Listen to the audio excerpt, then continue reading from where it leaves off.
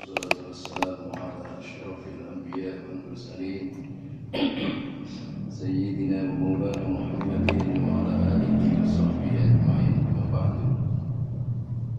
Ibu, bapak-bapak, saudara-saudara sekalian, jamaah salat subuh yang dirahmati oleh Allah, yang diberkahi oleh Allah Subhanahu wa taala. Syukur selalu kita panjatkan kehadirat Allah. Berulang kali hadis selalu kita sebut-sebut dan selalu kita ungkapkan di hadapan Allah Subhanahu wa taala atas rahmat, nikmat, taufik serta hidayahnya. Mudah-mudahan semuanya menjadi wasilah, sarana yang sangat efektif untuk mendekatkan diri kita kepada Allah Subhanahu wa taala. Kita teruskan pada kajian berikutnya. Kemarin kita sudah mengkaji tentang bab bersin. Sekarang kita lanjutkan asyubbah as-sadisah was-sittun, cabang yang ke-66. Gitu. Al-bu'du an kulli mufsidin min kafirin wa min mubtadi'in wa man yasduru minhu al-kaba'ir wa min dhalika al-firaru min al-fitani bid-din wal hijratu min daril kufri ila daril islam. Faman lam yaqdir ala idhari din fi baladihi bisababi al-fitani wajib alaihi al-hijrata ila baldatin yumkin idharud dini fiha wa in qaddara ala idhari fa tarkul hijrati afdal. Amma idha qaddara ala al-quwwah fi baladihi aw al-ihtizalu wa kana bihaisu law hajara la sara mawdi'ahu dara harbin fal iqamatu fihi wajibatun. Syubbah yang ke-66 iki menika al-bu'du an kulli mufsidin, menjauhi dari semua perbuatan yang berakibat kerusakan, baik yang berakibat kerusakan secara fisik maupun yang berakibat kerusakan secara psikis. Psikis niku nggih urusan-urusan rasa, urusan agama. Jadi secara fisik yang kira-kira berakibat kepada cenderung perbuatan yang merusak kepada fisik, ini harus kita jauhi. Termasuk juga kira-kira perbuatan yang merusak kepada psikis, rasa, urusan-urusan agama, hal-hal yang lebih bersifat intuisi sing boten ketinggalan, yang kira-kira itu menjadi sasaran yang akan terjadi kerusakan, maka perbuatan itu mesti harus kita jauhi. Al-bu'du min kulli mufsidin, menjauhi dari semua hal-hal yang merusak. Min kafirin, terutama adalah perbuatan kufur. Wa min mubtadi'in, dan perbuatan bid'ah. Wa man yasduru minhul kaba'ir, dan termasuk perbuatan orang-orang yang selalu memunculkan perbuatan-perbuatan al-kabair, yaitu dosa besar. Wa min dzalika, yang demikian itu adalah termasuk antara lain al-firaru minal fitani bid-din, orang-orang yang lari dari sebuah fitnah yang kira-kira mengkhawatirkan kepada sebuah agama. Wal hijratu min daril kufri ila daril Islam. Wal hijratu utawi hijrah. Hijrah niku napa? Pindah. Hijrah fisik termasuk juga hijrah psikis. Wal hijratu min daril kufri, berpindah dari daerah kekufuran, wilayah kekufuran ila daril Islam, menuju kepada wilayah keislaman.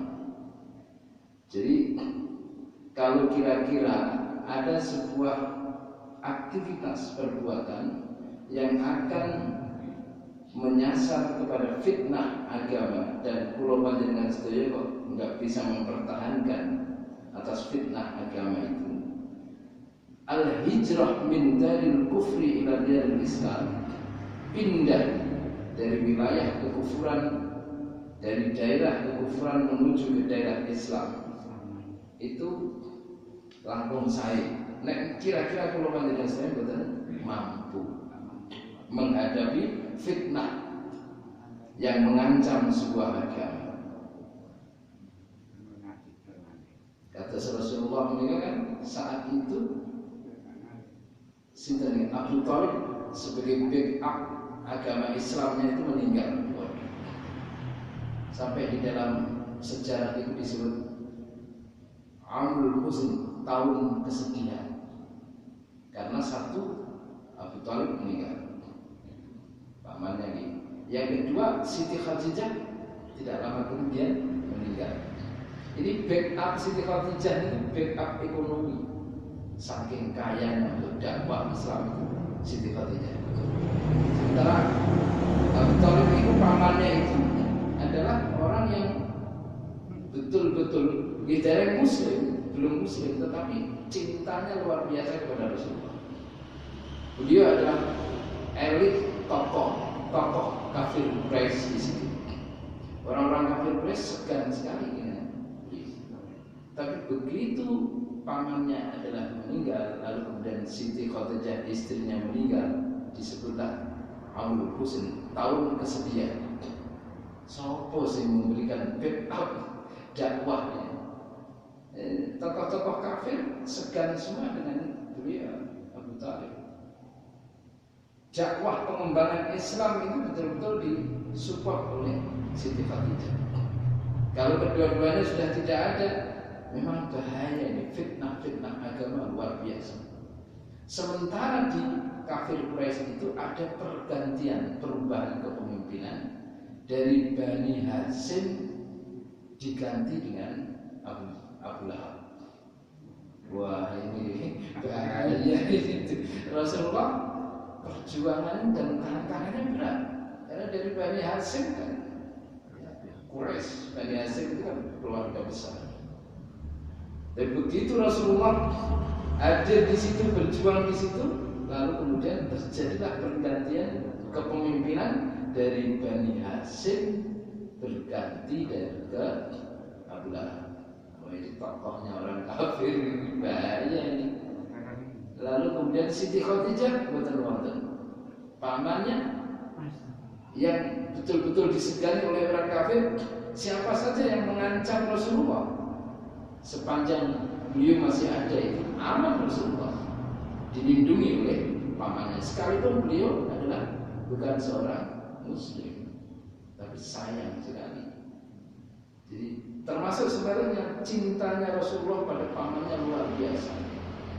Tapi yang namanya hidayah Islam itu bukan punya otoritas Rasulullah. Lasta alaihim bimusaidirin illa man tawalla wa kafar. Jadi bukan enten otoritas Rasulullah untuk menjadikan umat itu lalu kemudian Islam, tiba-tiba Islam betul-betul iku otoritasku Rasul ini Allah, iku wilayahku untuk menyadarkan orang menjadi muslim, untuk tidak menyadarkan orang menjadi muslim lalu kemudian kufur, itu wilayah saya. Engkau hanyalah sebatas menjadi sarana dakwah yang bisa menyampaikan misi ajaranku. Jelaskan kepada mereka, sadarkan kepada mereka. Persoalan mereka nanti menjadi muslim atau tidak, itu wilayahku, kata Allah. Itu Karena itu sekalipun paman beliau yang cinta kepada Rasulullah itu maunya Rasulullah juga diislamkan, tetapi tetap tidak bisa Islam karena itu hidayah Allah. Mungkin inilah sebenarnya bagaimana nasibnya dia mencintai Rasulullah, dakwah Islam yang seperti itu di-backup oleh pamannya yang bukan muslim. Nasibnya bisa diserahkan saja kepada Allah Subhanahu wa taala. Kalau dengan saya buat besar diskusi tentang itu. Kemeruh, nanti kemeruh. Ini wilayahnya Allah. Jadi persoalan Allah memberikan rahmat. Kemarin yang Allahumma inna maghfirataka arja min amali. Ya Allah, sesungguhnya ampunan panjenengan menika luwih ditunggu-tunggu, luwih diharapkan katimbang amal kula. Wa inna rahmataka awsa' min dzambi. Dan setuhune rahmatmu menika luwih luas katimbang dosa kula. Jadi itu Rasulullah kiambak yang berdoa di dalam sebuah hadisnya yang kemarin kita kaji, dinukil oleh Abu Nuwas di dalam sebuah syairnya.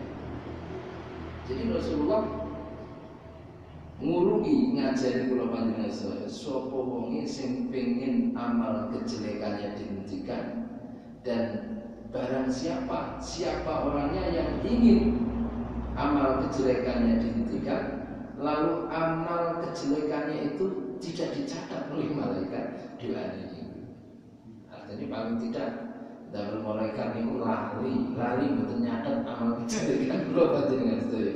Ini wonten donga ini, Allahumma inna maghfirataka arja min amal. Ya Allah, setuhune ampunan panjenengan ya Allah luwih diharapkan ketimbang amal kula. Rasulullah kawan sebagai seorang kekasih Allah itu tidak pernah mengandalkan amalnya.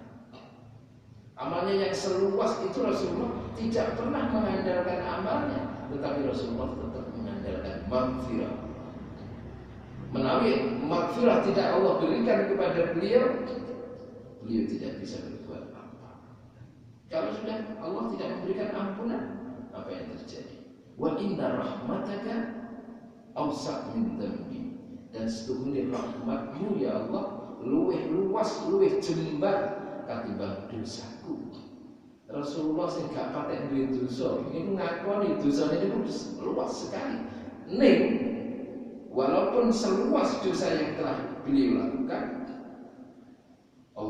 rahmat Allah itu adalah lebih luas dibandingkan dengan dosa umat Rasulullah SAW. Jadi Rasulullah berdoa seperti mungkin mewakili umatnya, bukan sebagai perwakilan Rasulullah kiambak.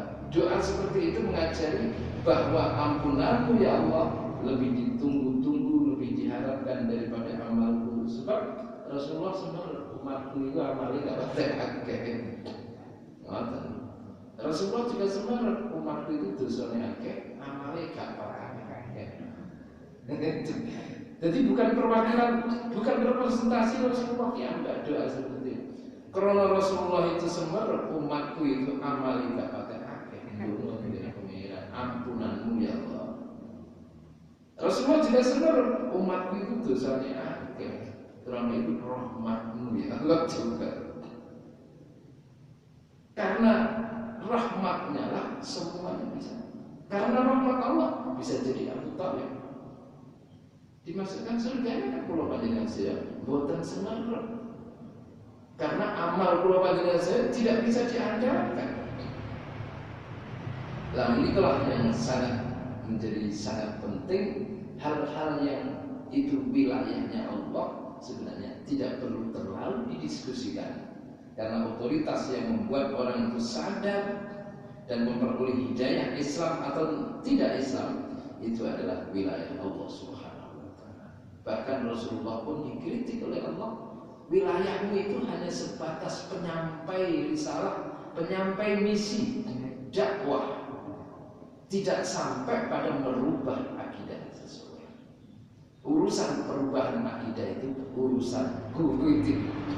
Allah Subhanahu wa taala sampai mengatakan seperti itu. Terus ini nek misalkan ada tanda-tanda al-bu'du an kulli mufsidin, ada tanda-tanda sebuah amalia yang menciptakan kerusakan, baik kerusakan iman, kerusakan pikiran, kerusakan mental, maupun kerusakan fisik kita, jauhi. Sederhananya kerusakan fisik, misalkan kalau ada kereta api pas panjenengan nyebrang di sebuah perjalanan, ada kereta api, harus dijauhi. Kalau tidak, fisik kita akan terancam. Kalau akhirnya ketemu dengan binatang yang buas misalkan, jangan semakin datang menguji kekuatan berbahaya. Jadi kita harus menjauh. Sekiranya secara logika kita tidak mampu dan kita kalah, harus segera menjauh secara fisik. Perbuatan itu kira-kira mengganggu mental kita, membahayakan mental kita. Kalau tidak kita jauhi akan membahayakan mental kita, maka segera dijauhi. Jadi ada orang yang menawarkan misalkan harta benda yang luar biasa, tetapi kita disuruh berubah iman kita, disuruh berubah keyakinan kita kepada Allah.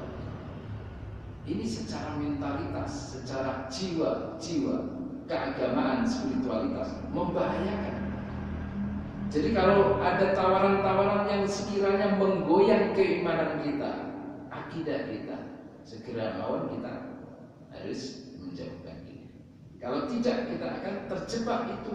Tawaran itu adalah sangat menarik, dan itu kalau pulau panjenengan tertariknya adalah urusan-urusan duniawi ansih, maka itulah yang akan membawa pulau panjenengan terjebak pada urusan dunia dan akhirnya menjual agama kita dengan pertimbangan urusan dunia. Inilah yang membahayakan mentalitas pulau panjenengan.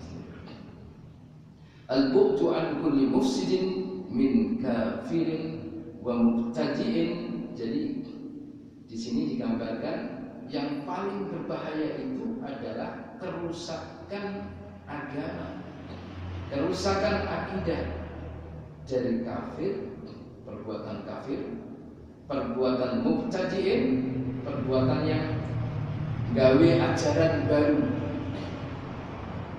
Jadi yang disebut bid'ah itu sebenarnya bukan persoalan-persoalan perbuatan-perbuatan yang dilakukan oleh orang-orang NU lalu kemudian dianggap jibaiyah, bid'ah. Tersebut salawatan, sallu, ada perintahnya untuk bersalawat, lalu kemudian dianggap bid'ah. Zikir dianggap bid'ah, bukan sama. Sebab zikir juga uzkurullah dzikran katsira, ada perintahnya untuk berzikir. Karena itu sepanjang itu ada perintahnya, bentuknya zikir itu seperti apa? Tapi membuat ajaran baru yang betul-betul tidak diajarkan oleh Rasulullah, tidak diajarkan oleh Al-Quran. Misalnya kan seringkali ada ajaran baru yang muncul itu di Indonesia. Memang Indonesia itu kreatif, gaya ajaran baru yang muncul. Nah, kalau ini ajaran baru muncul, itulah yang disebut dengan bid'ah. Rasulnya tidak Muhammad, ada Rasul sendiri, dan kadang-kadang Rasulullahnya adalah utusan Allahnya, adalah dia mengaku bahwa dirinya itu sebagai utusan Allah. Kitabnya dia mengaku ada kitab yang ada ilham dari atas, dan kitabnya itu dianggap sebagai kitab Allah, dan itu yang tidak diperkenankan. Min kafirin tasbudi, menjauhi kerusakan dari tindakan-tindakan kufur. Kufur ini buatan terasa, tapi kadang-kadang ini ada poin-poin yang kadang-kadang pulau panjenengan saya sedikit masuk. Buatan terasa. Kufur itu artosipun tasbudi, kafir itu artosipun tindakan-tindakan yang berpotensi untuk menutup diri kita kepada Allah. Menutup. Kafir itu kan wa kaffir anna sayyi'atikum, tutuplah dari kami kejelekan-kejelekan. Ini maksudnya kafir itu adalah orang yang menutup. Orang yang menutup dari mana? Nutup relasi hubungan hubungannya antara manusia dengan Allah, nutup keyakinannya bahwa keyakinan terhadap Allah sudah ditutup dan digantikan dengan keyakinan yang lain. Mboten kerasa, sekalipun kula panjenengan saya percaya ini luar biasa kepada Allah, tapi kadang-kadang nek pas panen pinten ton ngoten iki alhamdulillah ya mujine ya kepada Allah. Jadi alhamdulillah karena panenan 10 ton ini kira-kira aku bisa urip 3 tahun sanak bojoku. Lah ngoten iki mboten bisa. Seakan-akan kita telah menuhankan napa niku hasil panenan itu sebagai Tuhan yang bisa menyelamatkan kehidupan. Alhamdulillah, jadi ya alhamdulillah. Tapi karena panenan ini hidup kita sudah tidak lagi ada kekhawatiran. Kekhawatiran hidup hanya disebabkan oleh panenan. Apakah yang menjamin kehidupan itu adalah materi itu? Misalkan, alhamdulillah karena pulau saya diangkat menjadi pejabat gini, maka hidup saya akan menjadi tidak pernah berpikir khawatir masa depannya, termasuk anak keturunan saya. Nah, apakah kemudian jabatan itu bisa menjamin kehidupan? Ini perbuatan-perbuatan, tindakan-tindakan yang kadang-kadang sedikit menggeser keyakinan kula panjenengan sedaya kepada Allah Subhanahu wa taala. Karena itu konsepnya dalam Islam namanya disebut asy-syahadah. Asy-syahadah itu kesaksian. Asyhadu, aku bersaksi alla ilaha illallah, bahwa tidak ada Tuhan selain Allah. Aku bersaksi ora ana Tuhan kecuali Allah Subhanahu wa taala. Jadi untuk menjadi orang yang muslim, menjadi orang yang mendapatkan petunjuk kebenaran dan kebaikan, maka selalu memulai hidupnya dengan kata-kata ora ana Tuhan kecuali Allah. Ulama juga sudah membagi syahadah itu konsep akidah yang paling luar biasa di dalam ajaran Islam. Ulama membagi syahadah itu dengan kata-kata la ilaha yang pertama, yang kedua adalah illallah. Kenapa kok syahadahnya di dalam Islam itu kok harus diawali dengan la nafi? La itu harfun nafi. Harfun nafi itu artinya huruf yang berarti menegasikan, meniadakan. Menegasikan, meniadakan, menghilangkan. La ilaha, ora ono ilah. Ilah pangkat misalkan, ilahul jam, ilahul mal, Tuhan materi misalkan, ilahul abna, Tuhan anak. Saking sayangnya kepada anak itu di mana saja dituruti. Padahal itu saat itu sudah melanggar waktu sholat misalkan. Lebih dipentingkan untuk menuruti anaknya. Anak itu anugerah. Tetapi kalau kemudian pulau panjenengan saya gagal mendidiknya, maka ini menjadi fitnah. Jadi bahaya juga. Al-malu wal banun itu zina, menjadi hiasan yang kadang-kadang memalingkan orang kepada Allah karena saking cintanya kepada materi itu, termasuk anak pulau panjenengan saya. Saking senengnya kepada materi, dilus supaya yang maghrib barang saya telus mobil, kesenangan nih. Iki wandare. Maghrib. Ini sampai menutup, sampai lari deh. Betul. Padahal Allah memberikan anugerah mobilnya supaya ini menjadi wasilah kepada Allah. Jangan kemudian kita menuhankan benda-benda semu, menuhankan Tuhan-Tuhan semu. Tuhan-Tuhan semu itu, Tuhan-Tuhan palsu itu adalah Tuhan-Tuhan yang sebenarnya Tuhan itu dicipta oleh Allah sendiri. Tapi kalau panjenengan saya keliru untuk mengabdinya, ialah mengabdi kepada sesuatu selain Allah. Sesuatu selain Allah itu berarti apa? Makhluk Allah. Nek sesuatu selain Allah itu adalah makhluk Allah, berarti kalau panjenengan saya mengabdi, mempercayai dan meyakini makhluk Allah. Padahal makhluk Allah yang paling tinggi derajatnya adalah manusia. Karena Bani Adam, sungguh telah aku muliakan keturunan anak Adam, wa hamalnahum fil barri wal bahri, dan aku kader mereka keturunan anak Adam itu. Jadi nek diterjemahkan secara letterlek, aku bawa mereka di lautan maupun di daratan. Di bawah tersebut maksudnya dikader oleh Allah, dijadikan khalifah. Karena itu di lautan maupun di daratan penguasanya adalah manusia. Sinten sing menguasai di lautan di menungso, sinten sing menguasai di daratan di menungso. Karena apa? Karena manusia dipilih oleh Allah menjadi khalifah, makhluk yang terbaik. Dan sudah diciptakan menjadi makhluk yang terbaik. Wa razaqnahum minat thayyibat, dan aku beri rizki manusia itu rizki yang baik-baik.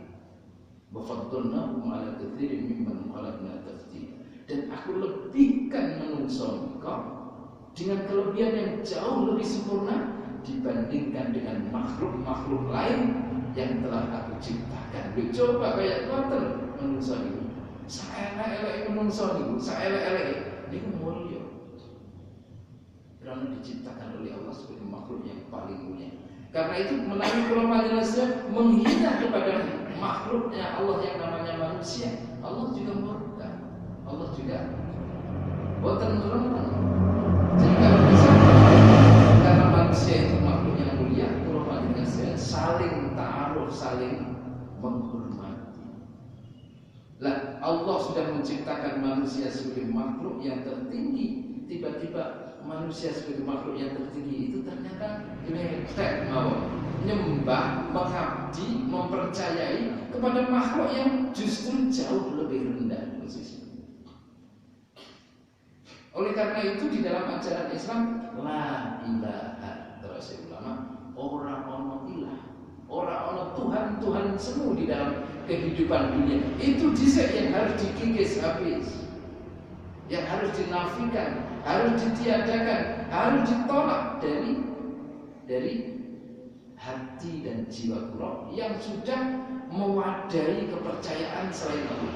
Hilangkan, la ilaha, ditiadakan dulu, dikikis habis dulu.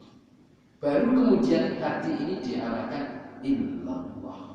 La itu harfun nafi yang artinya adalah penegasian, peniadaan, penafian, menghilangkan. Illa itu harful istisna yang fungsinya adalah al-istisba yang fungsinya adalah meneguhkan. Setelah kula panjenengan menghilangkan kepercayaan terhadap Tuhan semu di dunia ini, lalu digiringlah hati kula panjenengan untuk percaya dan yakin secara zat yang paling mutlak illallah. Kejaba yakin lan percaya menika namung setunggal inggih punika Allah Subhanahu wa taala. Itu konsepnya Islam di dalam hal ketauhidan yang menjadi tameng agar kula panjenengan tidak terjebak dan masuk kepada kekufuran. Jadi mufsidin min kafirin, agar kita tidak masuk ke sana.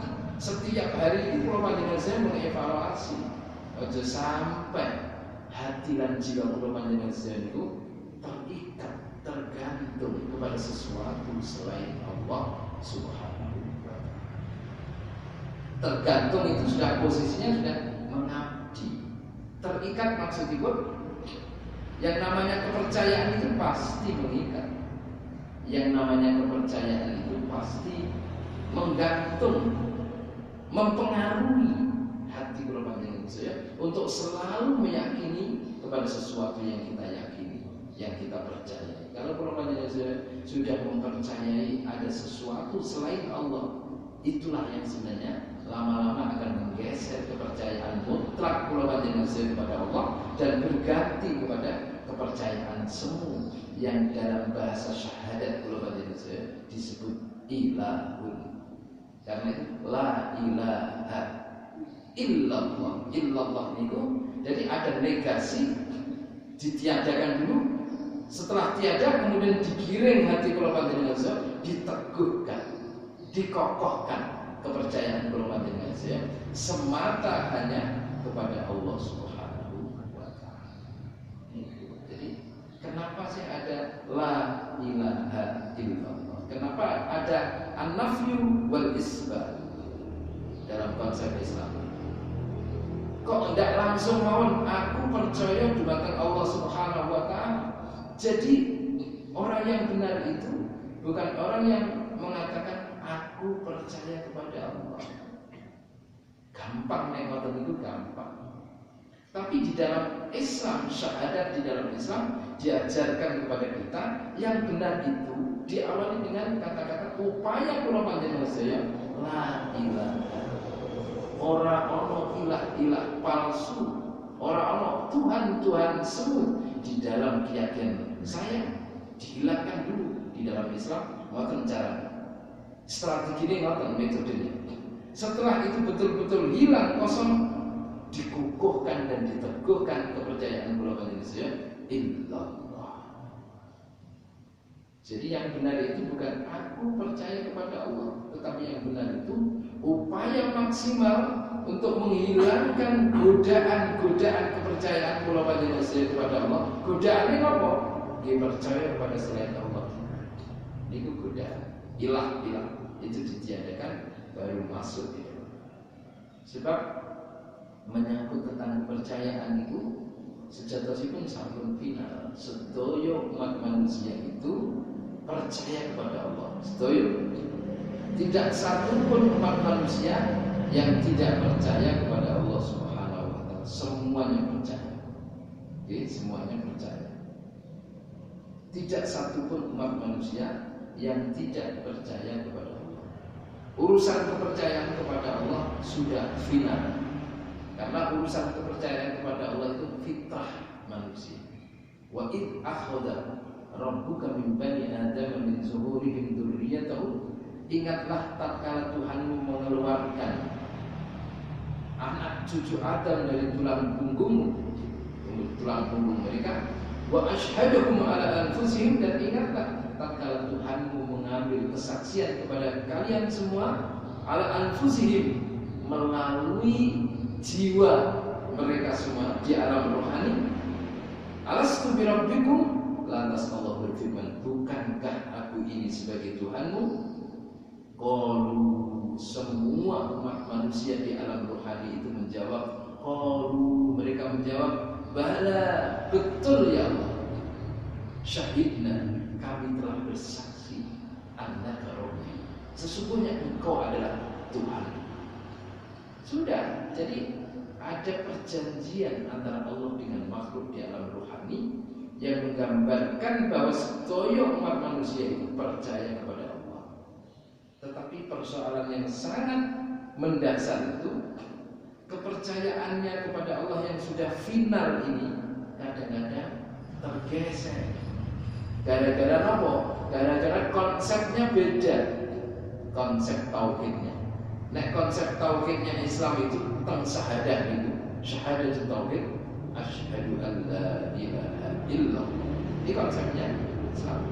Tapi konsep di luar Islam, kalau betul sebenarnya jangan-jangan ada konsep yang berbeda sih, kemudian membuat mereka bisa menyimpang di dalam kepercayaannya kepada Allah. Padahal dulunya tidak ada semua orang telah mempercayai terhadap keesaan Allah dulunya, tapi lama-lama kemudian tergeser sedikit demi sedikit. Itulah sebenarnya kula panjenengan sedaya boten angsal dekat-dekat kepada satu tindakan yang kira-kira mengarah kepada kekufuran.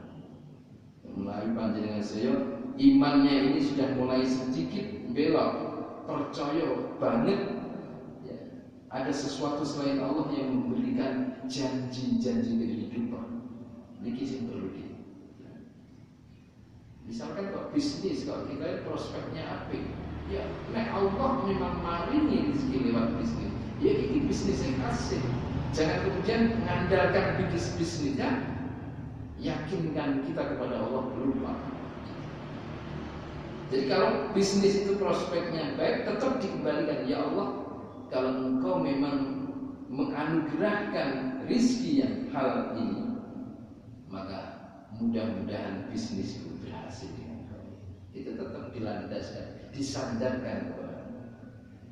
Kalau nanti bisnisnya hasil, ya karena anugerah dan rahmat Allah lah, maka bisnis ini menjadi sangat sukses, dan keberhasilan bisnis ini juga karena Allah Subhanahu wa Ta'ala. Semuanya disandarkan kepada wa min dzalika al-firaru minal fitani bid-din. Yang demikian itu termasuk gimana orang yang lari dari fitnah karena sebuah guncangan agama. Wal hijratu min daril kufri ila daril Islam, hijrah dari daerah kufur menuju daerah Islam itu penting.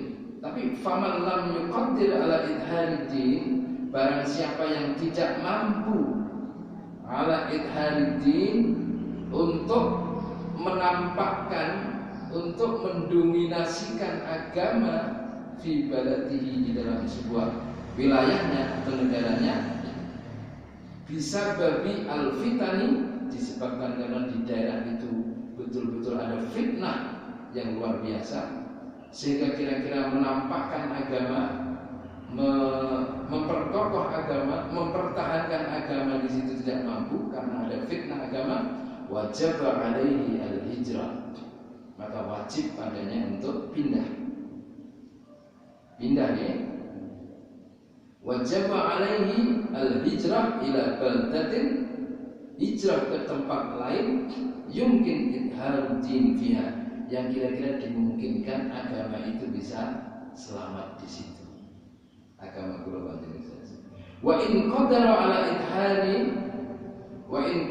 ala idharihi, tetapi sebaliknya, jika dimungkinkan kula panjenengan sedaya saged mempertahankan, mampu mempertahankan terhadap kekuatan sebuah agama di sebuah negara itu, di sebuah daerah itu, fatarkul hijrah, maka meninggalkan hijrah itu afdal, luwih apik.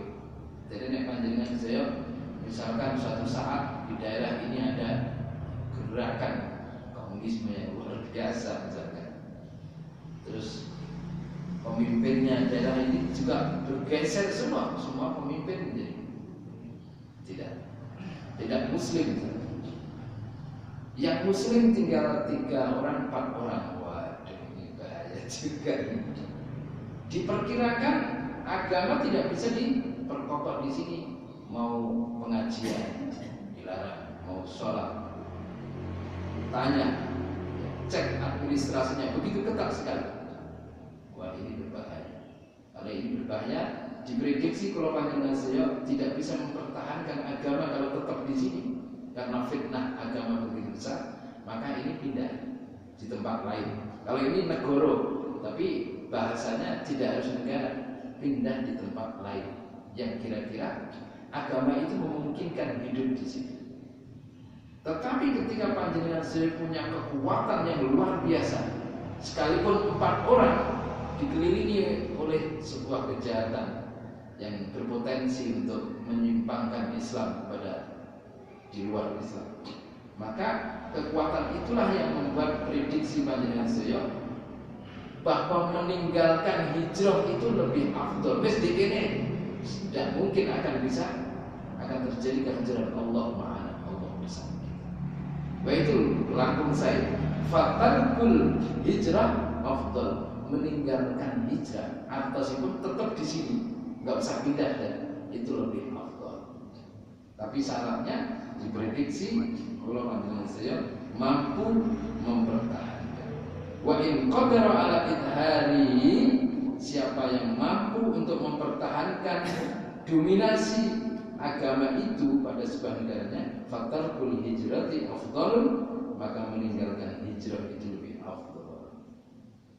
Amma idza qadara 'alal quwwah fi baladihi, adapun tatkala orang itu memiliki kemampuan yang sangat kuat di dalam sebuah negaranya, tadi berarti meninggalkan hijrah itu lebih afdal.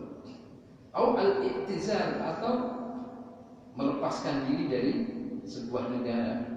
Wa kana bihaitsu, yang demikian itu sekiranya lau hajara, seandainya ia berhijrah, la sara mawdi'ahu, maka akan jadilah tempat hijrahnya itu darul harbi, nggih rumah orang-orang kufur, darul harb. Jadi rumahnya terjadi pindah ini kira-kira membahayakan, maka jangan pindah. Fal iqamah fihi, dan menegakkan agama fihi, di dalam negaranya itu, kalau itu memang mampu, wajibatun, hukumnya adalah wajib.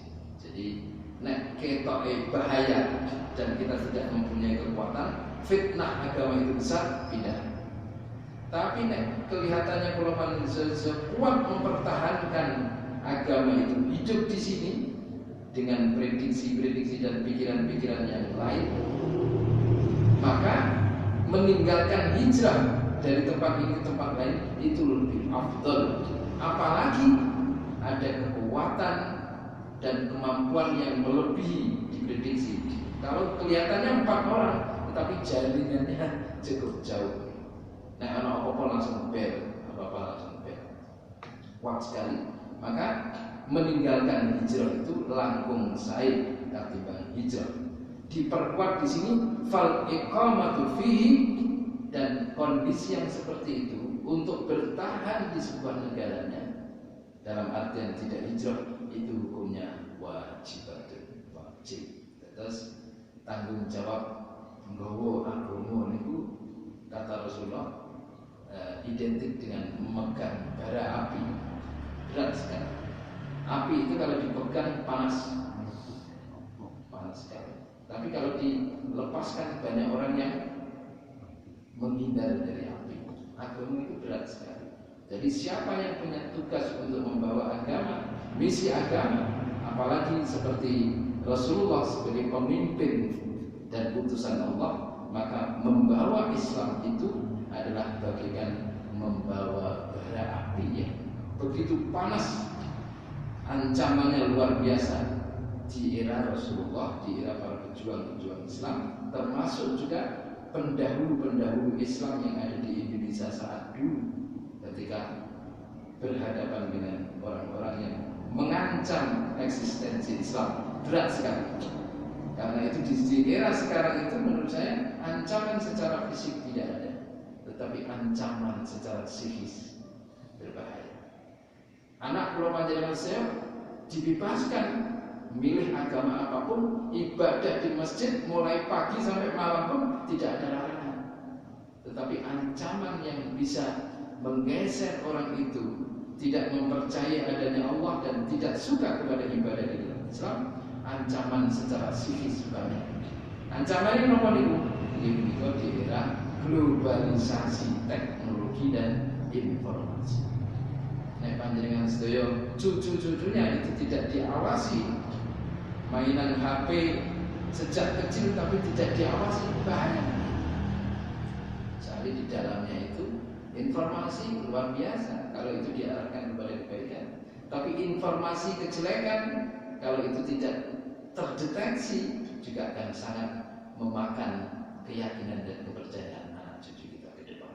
Jadi keyakinan pada agama menjadi sangat ringan itu gara-gara nopo? Ya menika teknologi informasi. Bukan berarti kalau panjenengan tidak boleh untuk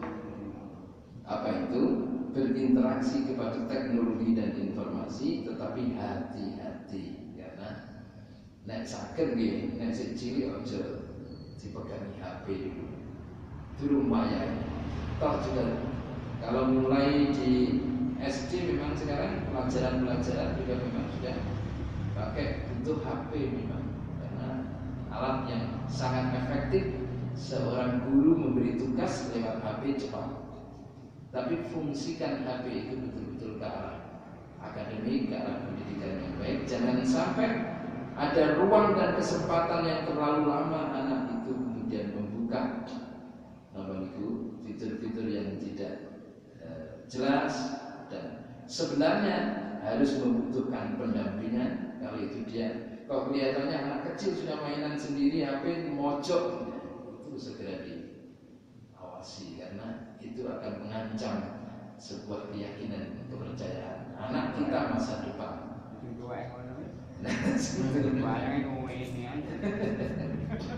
Boten nopo-nopo, asalkan nih untuk kemaslahatan. Kalau untuk kemaslahatan luar biasa.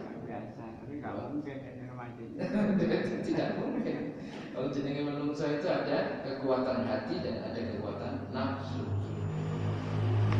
Apa yang tidak bisa? Lihat di bak Google itu pengen opong. Dan itulah tantangan besar yang menurut saya, bahasa saya itulah yang ilah terjun.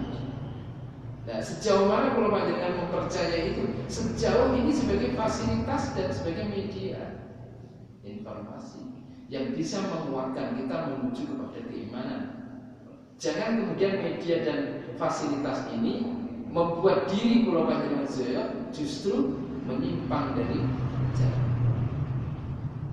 Jadi seperti pisau itu tergantung siapa yang memakainya. Kalau dipakai untuk hal-hal yang positif, semua ibu-ibu rumah tangga butuh pisau ya, masak butuh pisau macam-macam.